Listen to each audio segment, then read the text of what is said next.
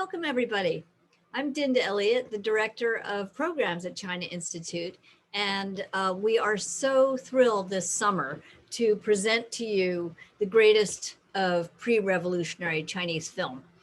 And last week, we watched and discussed Great Road and Laborer's Love from the 1920s and 1930s. And tonight we're going to be talking about Crows and Sparrows, directed by Zheng Junli in 1949. It was shot during the last days of the Civil War and China's transition to socialism, and this film is considered to be one of the best crafted films of the 1940s. Tonight, we are so excited to have with us a true expert on films, in particular from this era.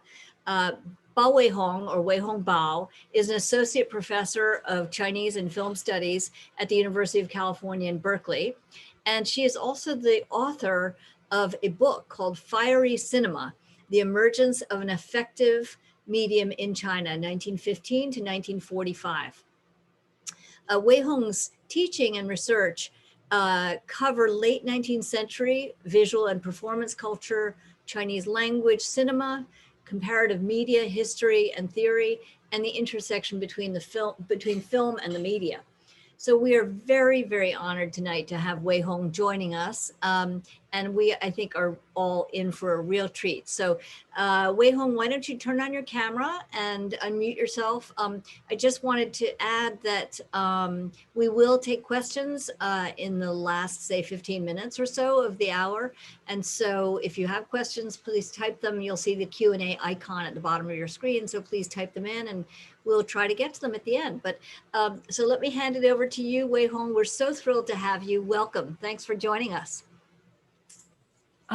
Thank you.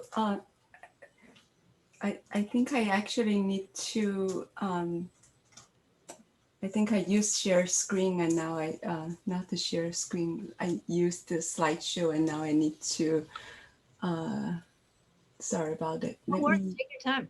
Yeah, let me end it because then I cannot share screen. So let me, sorry about that very much. Okay, so now you should be able to see my screen, I'm hoping. And then I'm gonna go to the share screen. Okay, the slide mode. So thank you so much for that patience and sorry for the a little bit of inconvenience at the beginning. So I'm very delighted to be here and thank you for the China Institute for this wonderful film series that allow me to share my love of Chinese cinema. And I'm very delighted to be introducing Crows and Sparrows, which all of you have seen, which is one of my favorite pre-1949 films. And this is a very interesting film, but before we delve into the film, I thought it would be helpful to introduce a little bit of the urban history of Shanghai, particularly because this film is so much related to question of space, which I will get to. Okay, so look at Shanghai. First of all, it's a very interesting city in terms of history, right? We can say it is an old city. The city's history can be traced to mid-16th century, but it's a very small walled city, which I will show a picture of very soon. And the city did not quite become a metropolis until the mid-19th century. And the major event that made this happen was really a kind of forced opening of the city to the world through the Opium War. And with the unequal treaties, Shanghai became one of the major treaty ports open to the West. And very soon, a few number of foreign concessions were established in Shanghai that include the British concession started in 1845, American concession that started in 1848, and in 1863 they joined to form the International Settlement, and in 1849 the French concession is granted. So that really made the city very interesting because of the mixture of Chinese and foreign citizens and a huge onrush in terms of immigration, commerce, and also introduction of modern infrastructure such as banks, Western-style streets, gas light, telephones, electricity, running water, automobile, and the major department stores. And it's interesting, I look at the title of my talk, it says wartime. So which war, right? There's so many wars that happened in China from late 19th century to actually from mid 19th century to the point when we're watching, when the film is being depicted and also shot. And so starting from mid 19th century, first of all, we have the Taiping Rebellion, which is kind of a local uprising that spreads through part of China. And then we have two Opium Wars. We also have the first Sino-Japanese War that was around 1895. It was also called the Russo-Japanese War, basically the competition between Japan and Russia in occupying part of China. And in the midst of this, the first film was shown in China in 1896. So film was introduced to China in the middle of tremendous social turmoil, but also social transformation, great urbanization, including cities such as Shanghai. And Shanghai really was the cradle of Chinese cinema. So that's why it's very important to know about the urban history of Shanghai, where the film is set, but also very much depicts the very interesting social transformation. So I have a few maps of Shanghai, and this is around 1860s, where you can see Shanghai is largely situated west of Wusong River, which goes to Huangpu River, which goes to Wusong, and then the ocean. And so the Chinese zone, if you can see my cursor, this was the original Chinese city, right? So it's a walled-in city, and foreign concessions were basically above and around it. And then here you can see a kind of walled-in city that's connected by, because there are a lot of waterways, right? So connected by bridges, and there are temples inside of it. And you can see a photograph of Shanghai Bund. This is a kind of park that was opened up in late 19th century, facing the Wusong, and you can see already the transformation of the city. And so again, a chain of events. The reason I'm mentioning this was because the film actually mentioned how there are tremendous social turmoil and transformation from decades to decades, but deep down, nothing really changed. And so the oppressed remain to be oppressed. So you can see all these changes, right?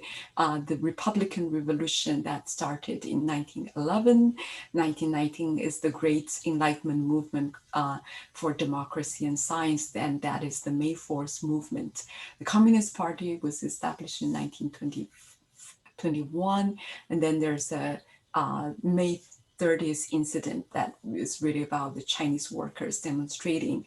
And then we have the Shanghai Massacre starting in 1927. That's also called, it's part of the Northern Expedition, which ended badly. And so Northern Expedition was an effort to unite China against all the warlords partitioning of the country. And so that was one major event that was mentioned by Kong, right? Mr. Kong, who mentioned all this chain of events. And then war came, right? So another major war that is related to this film is the Second Sino-Japanese War that happened in 1937. And that is very interesting to consider. First of all, Kong, Mr. Kong's son, participated in the war as a Communist Party member, because he fought against the Japanese, but he was fighting on the side of the Communist Party, right? So it's a united front. The nationalist government was also fighting the Japanese. So China was very complex in that sense. And also the Shanghai's concession become a kind of solitary island because it was protected by the foreign powers, the Allied forces. So it became temporarily a kind of peaceful place, and beyond that was occupied by Japanese. And then after 41, Japan entirely took over the city. And then in 1945, Japan surrendered. So I'm telling this also because one major character in the film, the antagonist, Mr. Ho, right? They call him Monkey. And he used to work for the Nationalist Army, and then he became a collaborator for the Japanese. And then after the war, he changed himself to say that he was actually working for the nationalist government as underground force. So he was able to survive, even though he took over the whole Shikumen household. He worked for the Japanese, and supposedly he would lose everything, but because of his manipulation of social relationship, he still stayed afloat, right? So this kind of context of war will help you to understand what they were talking about. And then it's also interesting, after the war, there's another war that was happening, which is the Civil War. And the film took place was shot, and also the story was basically reflecting the moment when it was being shot in around 1948. So the Civil War was already starting, and we don't know what is the fate of the nationalist government, but towards the end, you know that they're fleeing to Taiwan. And one thing I want to mention about the making of the film is that the film was started to be shot around 1948, but because of censorship, they were dealing with the very sensitive topic. They need to hide some of the short film footage inside the studio. And then they literally had to stop shooting the film because of the political issues. So by April 1949, they had to stop shooting the film. And then after 1949, they finished the whole film and edited. And that's why it's a very interesting film to think about. That's really a transition in terms of the great transformation of China.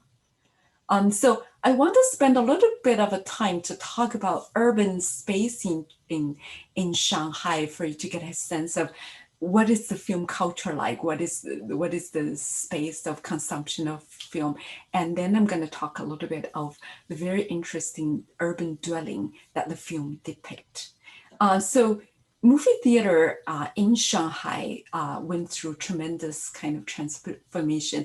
And these are the standing movie theaters. So this one is called the Grand Theater, or Da Guangming. If you go to China, you can still see it.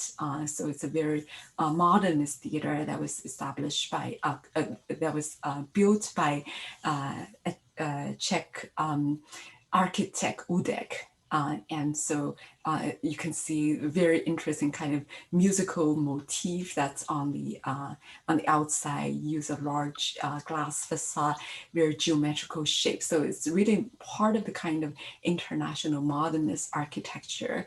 And this is a kind of overhead shot, a bird's eye view of urban Shanghai, and you can see what a great view of the theater, right? So cinema did occupy a very important role in terms of the urban landscape. And this is another theater, Metropole, which is also kind of a modernist Metropole in the daytime and at nighttime, right? So very interesting sense of enchantment in relation to film as part of very important urban entertainment. And this is a photograph in around 1931, 32 in a pictorial journal in China that depicted the movie theater before the photos that I just showed you, to show the older form of movie theater, right? And then I'm going to go to talk about Shikumen, which is very interesting. So in the whole film took place inside this urban dwelling, which is a kind of household complex, right? In the film, the story took place among 4 families, and they all lived together in very close proximity, right? So it's very important to get to know about this urban history a little bit and know where they're situated in relation to each other. The spatial position says a lot about their social class and social relationship. And so what is Shikumen, right? So the name is literally the stone framed door. So basically, it's largely stone vernacular architecture made of brick and stone, and each kind of household and each alleyway has a name, and that's usually the name is usually on top of a door, and that door is framed by stone. So that is why it's called Shikumen architecture. And Shikumen architecture started in mid-19th century because of the Taiping Rebellion, right? Taiping Rebellion was a peasants' movement. And so a lot of wealthy households were fleeing from this kind of peasant uprising to Shanghai. At the same time, when Shanghai was opening its up to the foreigners. And so the Shikumen was actually a real estate development developed by British real estate merchants.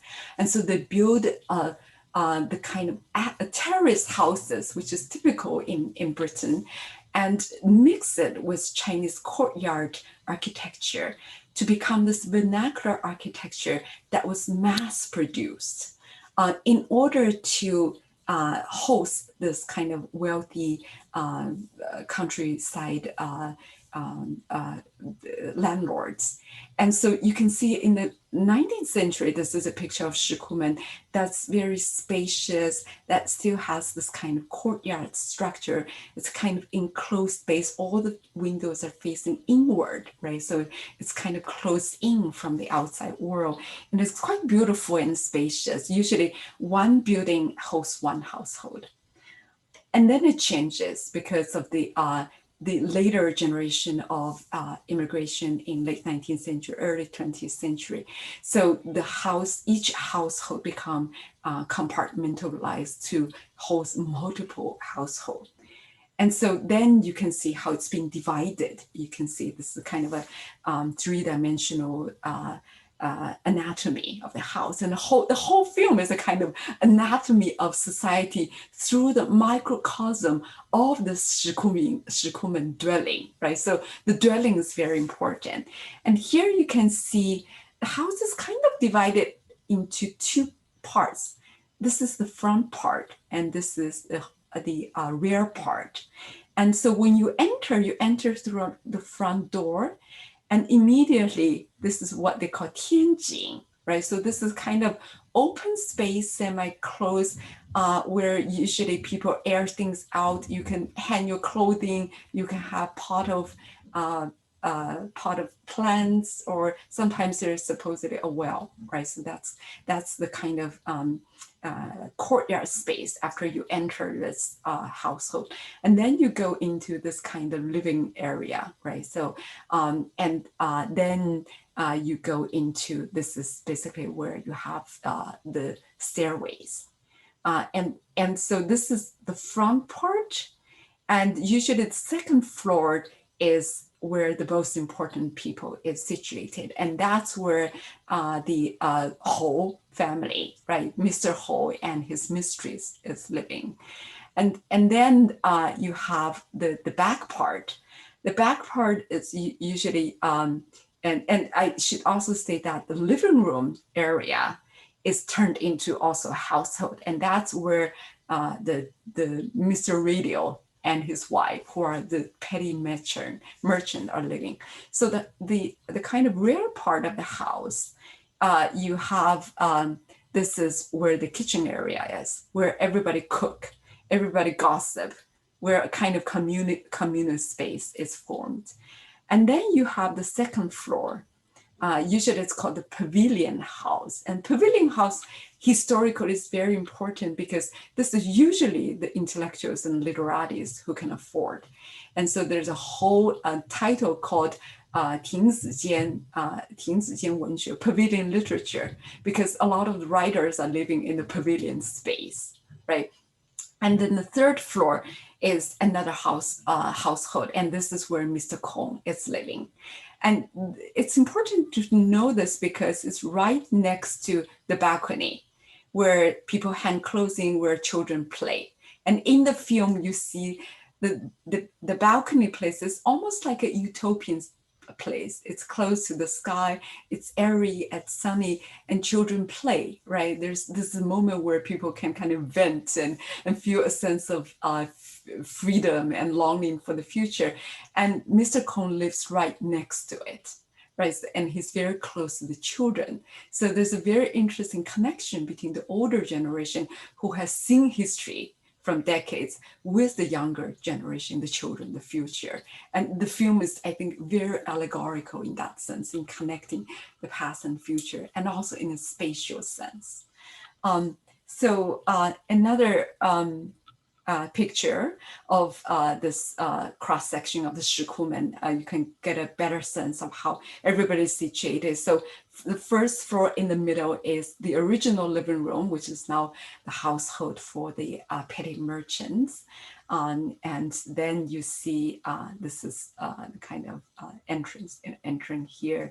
This is the kitchen area. And then you see this is the one household, which is the Mr. Ho's household, and this is the intellectual's household. This is another where Mr. Kong is, and then this is the balcony. So I hope you get I know it's complex, but I hope you get a little sense of how everybody is situated in relation to each other. And that's why when the person who wanted to rent the house entered, he has to pass through this open space in order to get through the stairway. And when he goes through the stairway, everybody stares, right? So in a way, it's a very transparent house. It's hard to keep privacy. All right, and now you get this is a picture of very contemporary kind of Shikumen household. Basically, these are the same buildings, but they also go through transformation. So you can see each door kind of opens up to this kind of housing complex, but now the windows are also facing to the outside. So they're no longer facing to the courtyard. So this kind of urban transformation says something about this kind of vernacular architecture, which is really important to understand the social community in Shanghai. All right, so I'm gonna just show you a clip that shows you basically how this space operates, right? And remember, this is at the very beginning of the film.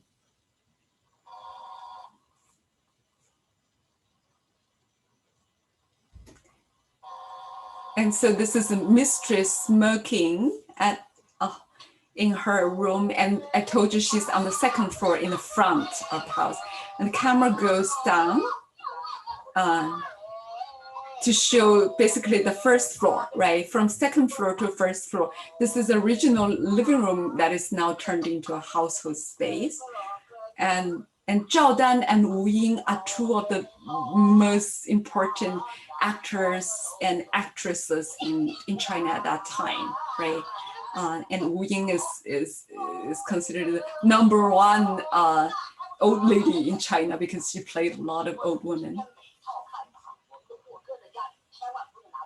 And so you see the commodity that they're basically piling up in order to make a profit. See, the person was coming in through the front door, through this open space, and then they could witness that he's going upstairs because they live on the first floor.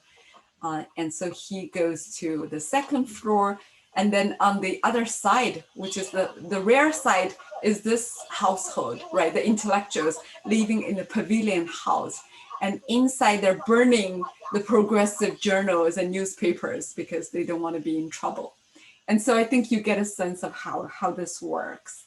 Then I want to show you another clip to show another very interesting dimension to think about the relationship of the human, or the human beings, right? So this takes place again between this downstairs unit and the upstairs unit. And it's very interesting to see how another character is being introduced.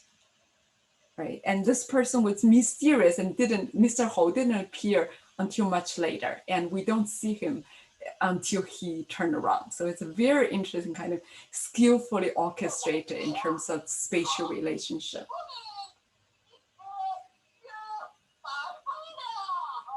So Zhao Dan basically was imitating Chiang Kai-shek. This is the picture, right, in his Zhejiang dialect. And then we go to another picture, which is, of course, an allegory of Zhang. And that is played by, that is Mr. Ho. And we don't see him, we only see him in the mirror, and we see his profile. And finally, he turns around. And by the way, this is no small potatoes. The person who played Mr. Ho is a comedian, but more importantly, he's also a very established playwright. He is Li Tianji, who is the screenplay writer and playwright for Spring in a Small Town, which is one of the most important and celebrated films of China of time. Okay, so I'm gonna now go into the theme of the film, and then we'll wrap up very quickly. And so it's very important to think about this film as both a kind of realist film, right, in depicting what was happening in Shanghai at the time, but also at the same time as a film that is highly allegorical, right? Allegorical in looking at a very small household complex as a kind of depiction of where China is going to move towards. And so I think one thing that's really important for this film is really the focus on the everyday. And it's really focusing on the kind of actuality of the present, focusing on the ordinary, right? The common people. And so there's a kind of uniformity, but also kind of open-endedness. And that every day is not very complete because there's always some kind of a contradiction, some kind of event that's about to erupt. Right, so there's also on the mundane, but also a kind of eventfulness, that kind of an interesting mixture that marks this film very interesting. One thing to mention is to distinguish between socialist realism and social realism, right? So socialist realism usually is understood in terms of kind of ideological conformity. And I have to say that notion is much more nuanced now by many scholars. So that itself, I think, should not be understood monolithically. And then you can also think about this film, which has been claimed as a kind of social or critical realist film, right? Because it's really trying to understand this film in terms of its social complexity. And so it's important to think about this film as an allegory, and I'm discussing it also in a way I'm borrowing from a very wonderful scholar, Yiman Wang, who wrote a beautiful essay on this film that tried to unpack this film in terms of allegory.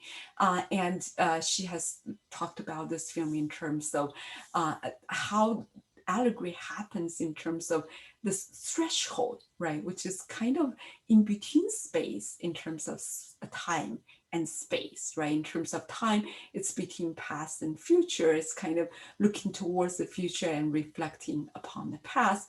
And in terms of space, this threshold space is precisely what I'm talking about, this in-between space within and inside the Shikumen household, where people go through corridors, where everything doesn't seem to be tightly lit, right? You can open the door, you can hear people from the windows. So it's a kind of very porous space that makes it very allegorical because it's kind of threshold space in that sense.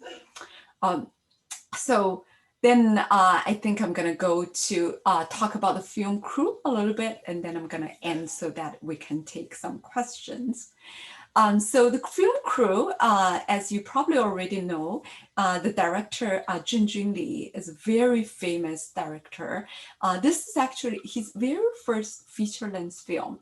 Before that, he was an actor, right? So he started acting in plays in the 1920s, and he was studying in a theater school, a very famous theater school that was led by Tian Han, who was a very famous playwright. So he was practicing film acting, learning there. And in the early 1930s, he was a very famous film actor. So some of you might have seen the film The New Woman, where he was playing the male lead. He was also the male lead for Struggle, which is a film that was recently discovered and premiered in Toronto Film Festival. So he was a very important film actor. And by the way, he is also one of the film actors in the next film that you're going to, not in the film that you just watched, The Big Road. So you have seen him already.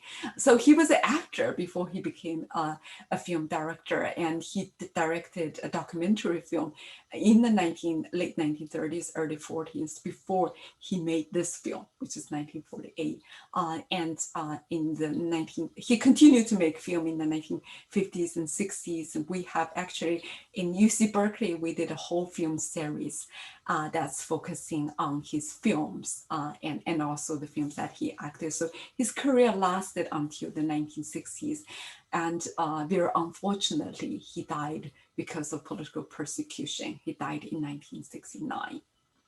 And Zhao Dan is another important male actor. He played the little radio, right? So he's the petty merchant, and he would rose to become one of the most important stars. You would also see him in the next film that is going to be introduced by Chris Ria in The Street Angel. He's going to be the male lead. He's such a marvelous actor and had a very long and accomplished career. And Sun Daolin, who played the very timid intellectual, was a very young actor still, and he's going to become a very important, one of the most important household name. But at this time, he's still very young, a kind of emergent star. And Shangguan Yinzhu, who played the wife of the intellectual, is also a very important film actress. She became famous during the wartime and continued to be a very active post-war and in the 1950s and 60s. So she is also going to be in Stage Sisters, but she's gonna look very different. So watch for that. And very tragically, she committed suicide in the 60s. So another very tragic story. And Wu Ying, you probably would not recognize her. So she is the person who played the petty merchant's wife, and she is the number one old lady in the movie screen in China, right? So she also had a very long and accomplished career, and so I think that's about it. So I'm gonna end and stop my share, and then I think I can answer some questions. That was so fascinating. I am so grateful personally that you showed us the details of life in the Shikumen. I mean, that was just so fascinating. Thank you so much. So I'm learning now that you're also a scholar of sort of urban studies and urban sort of social history, which is really a wonderful thing. So that was really great. I think I'm going to jump in if I may with the first question, and then there are a couple of questions from the audience as well. But I wonder I have a couple of questions for you. One is, what do you think that Zheng Junli's kind of biggest takeaway message was from this film? I mean, what did he want people to think about when they, finished watching this film? Yeah, it's always hard to guess what's in the mind of the director. So I guess it's really what we can maybe guess or what we can interpret from the film. it's such an interesting film, and I think there's a great deal. I think it addresses really a great sense of uncertainty that everybody was facing, the big financial crisis, and really the loss of dwelling, which I think people in this country can also relate in the big cities. But I think probably the biggest message, I think, is really to think about a collective. Because the film really in the beginning is this crisis of everybody is potentially losing their housing, and then Mr. Ho and his mistress, basically what they're doing is trying to get rid of this house very quickly by trying to divide the household, right? So there is a kind of protein community that was not very closely knitted, but they are in good relationship. But in order to divide their interests, they're making a profit. And eventually how the sparrows, right? So it's the sparrows against the crow.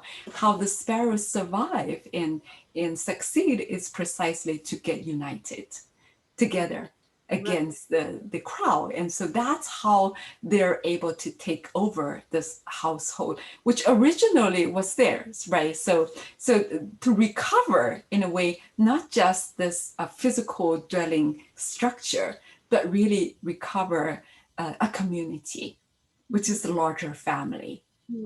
So I think that for me is really the biggest message. What were the director's politics? It seems like his message is somewhat, kind of leftist, and yet, of course, you said that he died from political persecution in 1969. So, of course, during the Cultural Revolution, tragically. But so, what was he a kind of an early leftist? And what were I know you said that they stopped shooting because of political issues. Yeah. Partway through the film. So what was going on politically? What was he? Yeah. It's so interesting. It's so complex and so interesting. I think last time we had the discussion about how do we understand left-wing cinema, basically in the 1930s. And usually this is considered the second wave of left-wing, right? So this film is one of those, such as 800 Miles of Cloud and what is it called? 800里路银河, Cloud and Moon, and then A River Flows East, and is another very important what we understand the second wave of left wing. So there's a lot of historical connection, because I mentioned that he was a very important actor in the 1930s as one of the actors active in the left wing cinema. So there's very strong historical connection. And so this would be understood as the kind of inheritor of the left-wing cinema. But why would he be persecuted, right? And the reason that the film could not continue was also because it was so heavily critical of the nationalist government, because of the political corruption and everything. They literally have to stop shooting film by April 1949. And resumed film shooting and basically was editing also. And one of the stories that they actually had two versions. One is the kind of version that goes through censorship. The other had more sensitive dialogues and things like that they had to hide at the top of the studio ceiling, underneath the studio ceiling. So we don't know how much this is true, but at least there's a kind of very interesting story about how the politically sensitive and progressive this film was in the late 1940s. And when we come to after 1949, these people, the left-wing people, were in power and were very productive, but they also got into trouble. They got into trouble repeatedly, right? So 1957 is the great anti-rightist campaign. Yeah. And many of the intellectuals were prosecuted, had to apologize, and already there's trouble. By the 1960s, of course, it's very difficult, and also because he is one of the people who had very close relationship with Jiang Qin, right? Jiang Qin was Madame Mao, and Madame Mao was an actress in the 1930s in Shanghai, and so it's not a good thing to know about her early history in Shanghai. So many people who were closely related to her in the 30s, in the mid 1960s, did not end well. So that's also why the leftists were actually prosecuted during the Cultural Revolution. Right. Wow, that is a fascinating detail. Another question from the audience was just to follow up on this, to kind of conclude the conversation about the censorship piece. Someone's asking, who was enforcing censorship before 1949? Was it nationalists, or was it some local municipal government, or how did it work? It's the nationalist government. Yeah. And Shanghai is particularly interesting because after the war, the foreign concessions were given back to China, to the government. But before that, the censorship were multiple because the foreign concession had their own censorship. Right. Okay. So someone's interested in the sort of details of life in the Shikumen house and is asking, was there running water in the Shikumen? What was the bathroom situation? So let's first ask that one. And did people use public baths, or what was it like to live in the house? It really transformed, right? So in the 19th century, I'm not so sure about running order already started in mid 19th century, late 19th century. There's progressive kind of implementation of urban infrastructure, as I mentioned very quickly in my early PowerPoint. But later on, there's a Shikumen transformation. They call it the new Shikumen. The new Shikumen has all the even had heating and running water. Yeah, so by this time, I think they should have running water, but it's a guess. I'm not exactly sure how the situation is. But there's a famous kind of urban thing is that in the morning, early morning, people would take their how should I say it, waste, urban waste. The chamber pots, right? Outside the Shikumen household. Yeah. Right. Okay. And then someone's asking, when was the film available to watch? So tell us a little bit. So it came out, I guess, after 49, right? Yeah, after 49, I think it was early 1950 when it became possible to view. Yeah, and it showed in the major film theaters. What kinds of people would have been going to the movies in those days? I mean, everybody? Was it wealthy people relatively, or? So are we asking before 49 or after, right? So it's really very interesting. In a way, I think I mentioned it a little bit, depending on the social class, and different people go to different kind of movie theaters. And first of all, the city is a very big center of film going. And of course, usually upper middle class, and they go to the first run theaters. I showed some of them. Those are, for example, the Grand Theater, Metropole. There's a first run theater, and they usually show foreign films, right? So Hollywood films was 70 to 90% of films showing in China.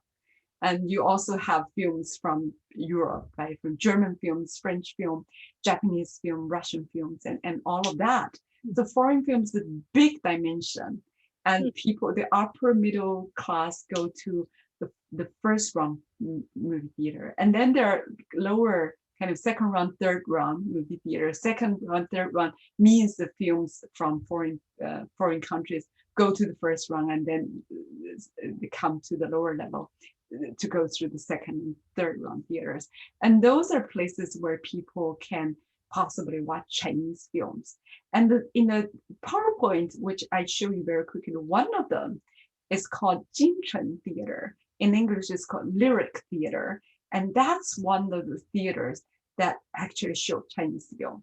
And if you watch, I went by so fast, that film had an advertisement of sports cream, which was understood as one of the, well, depending on whether it's a nationalist or, because it's actually promoting New Life movement, starring Li Yuli. So that theater was kind of one of the places to show Chinese film. And then you have the even lower class going to largely the physical, we call it body genres, right? So so comedies and thrillers, things like that, and films that kind of transcend the dialogue to some extent, because people even have trouble understanding Mandarin, right? Not everybody understands Mandarin.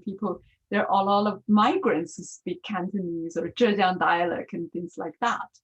Yeah. So it really, I think, is a whole spectrum of social class. And this is in the city, right? So in the countryside, exposure to film was very limited, although the Chinese education film movement were starting to send mobile projection troops to the countryside. And it's expanded during the wartime, and post-war, they're still doing that. So people in the countryside are able to watch film, not to the extent as in the city. Amazing. So somebody's asking you actually just quickly before we move on, could you repeat the name of the Jinchang Yingyuan, I guess it was? Yeah, yeah. 京城电影院, yeah. Okay, got it. So yeah, that's it. So here's a very interesting question. It sort of begins with a comment, but Anthony Fragola is saying the structural and spatial aspects seem also to be an allegory of the various classes during the time. What's unusual is that they all live in the same building. So mine is a comment, but not a question. The thematic parallels to Italian neorealism are striking, but the style, the pace, and the use of professional actors is just the opposite. Can you speak about, is there a connection between Italian neorealism and this film? Oh, that's such a marvelous comment. Thank you so much for that. Yeah. Wonderful. And so, yes, I think you're very perceptive, Antonio, to talk about the parallel between this kind of spatial structure and social structure. I think that the film is so deliberate. If you look at the beginning, basically the whole household is introduced through their spatial proximity, but also difference, right? So that's really important. And also just the connection with Italian neorealism is indeed striking. And that's why I mentioned the social realism, right? So, or critical realism. So scholars have actually noticed that. Although Italian neoreal, and it's also interesting because Italian neorealist films were also were also made after the Second World War. So the post-war experience of social conflict and poverty and all of that, you see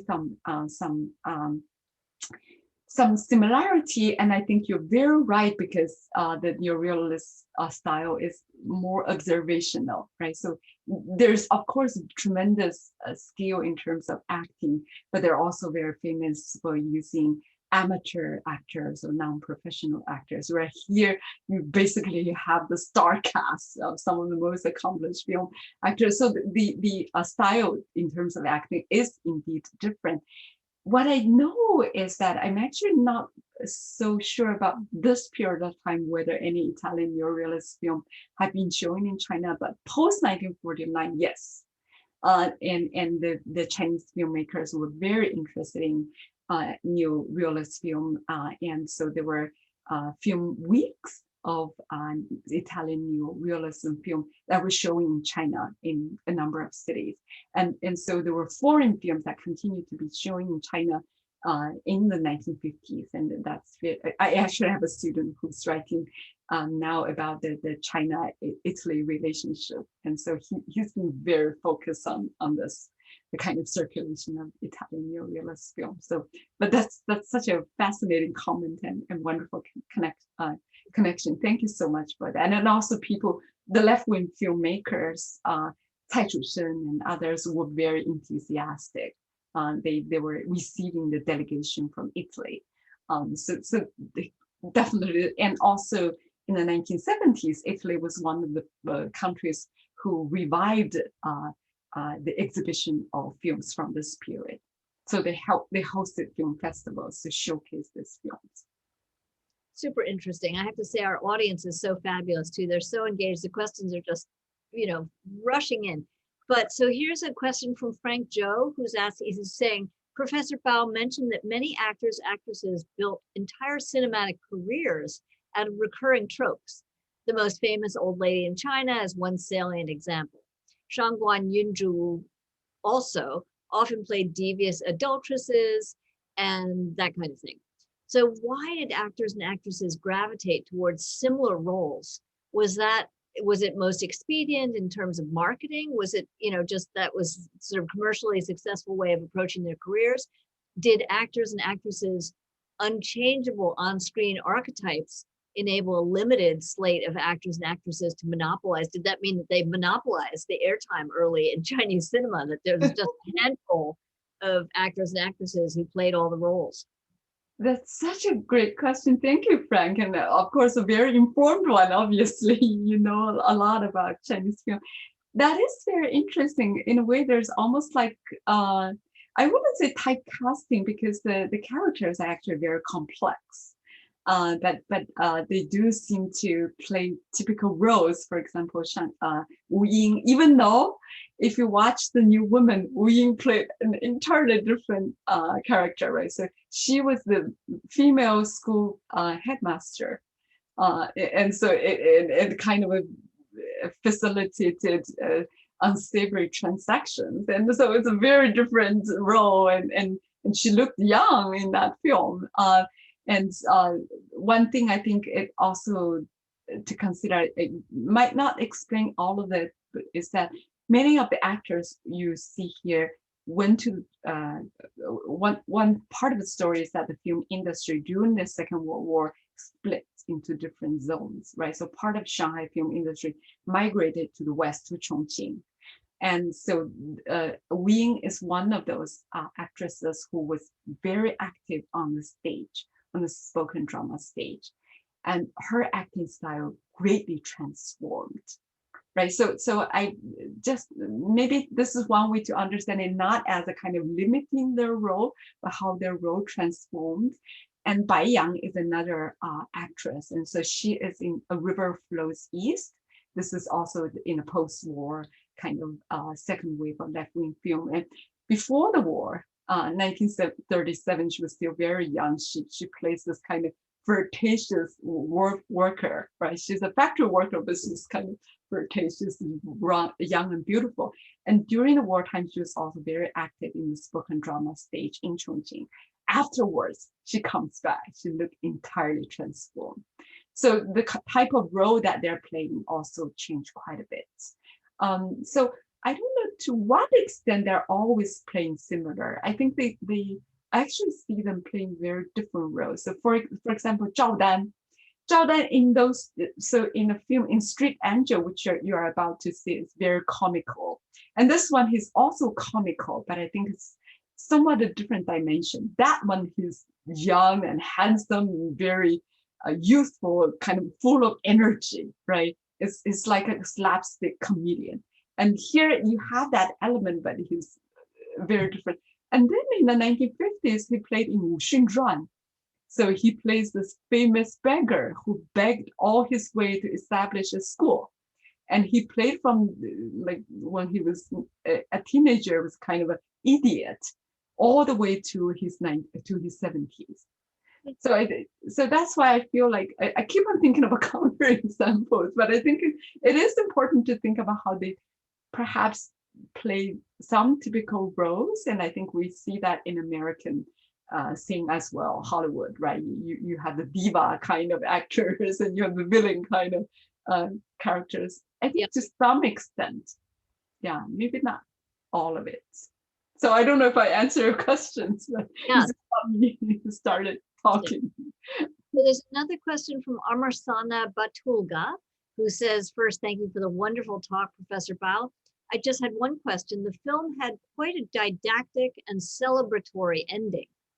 So why do you think the filmmakers did not include the return of Mr. Kong's son at the ending?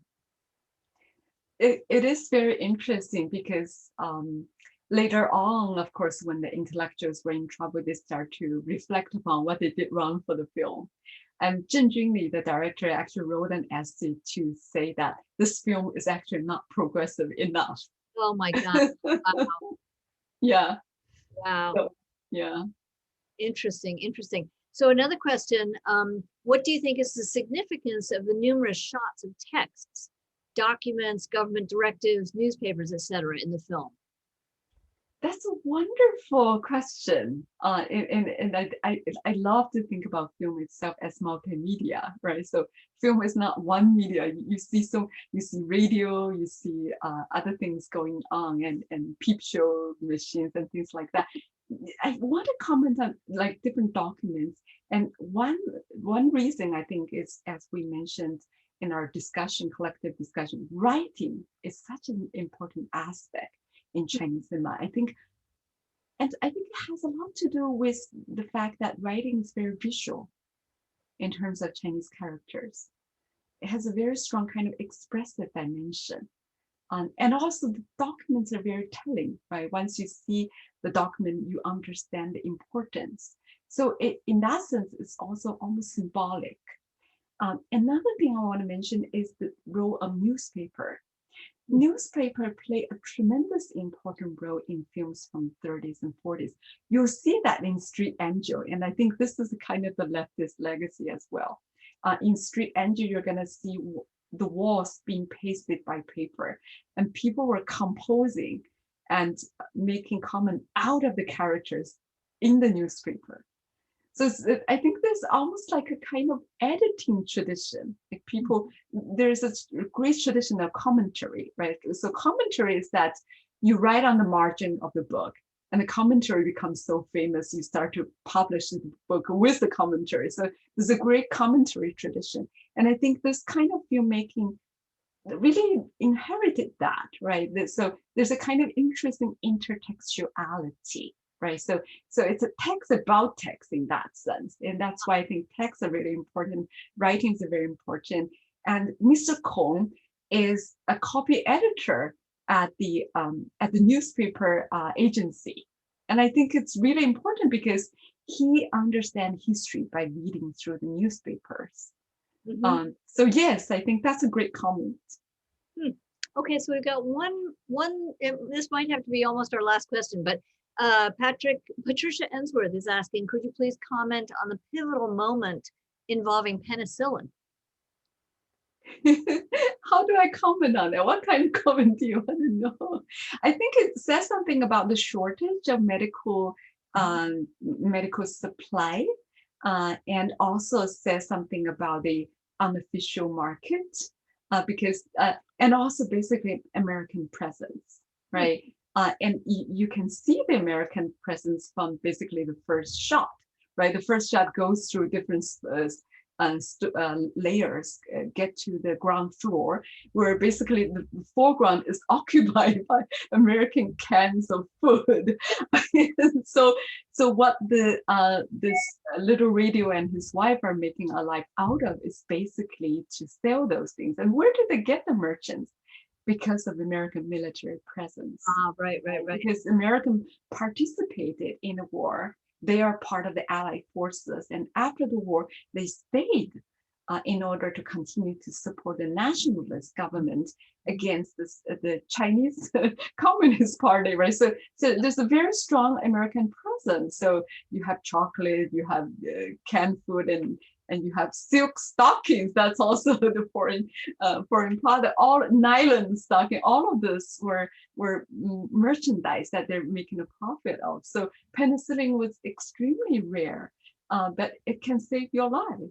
Yeah. So this are kind of military supply that get into the civilian's hands and become this kind of black market, basically, and very desirable commodities. Yeah, that's a great answer. So I'm going to ask one final question in our last few minutes, which is just, I wonder if you can, you said something so interesting at the very beginning about how there was all this incredible social turmoil in China, right? And change, and yet nothing changed. You said something like that. And I sort of wonder if you can comment on why this film is still interesting today. Is there anything we can sort of see about, China? Why is it interesting to watch a film like this that's now, what would it be, 80 years old? Something like that. So tell us a little bit about why you care about this film. I'm sure people can resonate, and this is not just China. Across something doesn't change, right? And what doesn't get to change? is really the question of class, the question of power, right? Uh-huh. Yep. So the power is always supporting the wealthy and the upper class. Yep. That is so hard to change. Yeah. And people see through that. And I Yeah. think that's why it resonates across the board. Beautiful. It's just so beautiful. And you know what? You are right on the dot, 8:30. Absolutely amazing. Professor Bao Wei Hong, we are so thrilled to have you. Thank you so much for that kind of social history, both social and artistic history, all wrapped in one. That was really fascinating. And I hope you will all tune in next week. Next week, as Wei Hong said, we have Street Angels. Somebody was asking, by the way, just so you know, the idea is that we thought that watching a full 2-hour long film and doing a lecture is an awful lot for one sitting. So the idea is you watch the film at home. You can watch the film, you just click on the website, there's a link there. It's very, very easy. Watch it at home at your leisure, over the weekend, whatever. And then next week, Christopher Wray, another terrific professor, expert in film, is going to talk about Street Angels. So that's going to be fascinating as well. Thank you all for tuning in. And Professor Bao, you are amazing. Thank you so much. We can't wait to get you back again. Thank you. Thank you, Dana, for a wonderful hosting. And thanks everybody for tuning in. It was great. Thank you. Bye-bye. Bye-bye.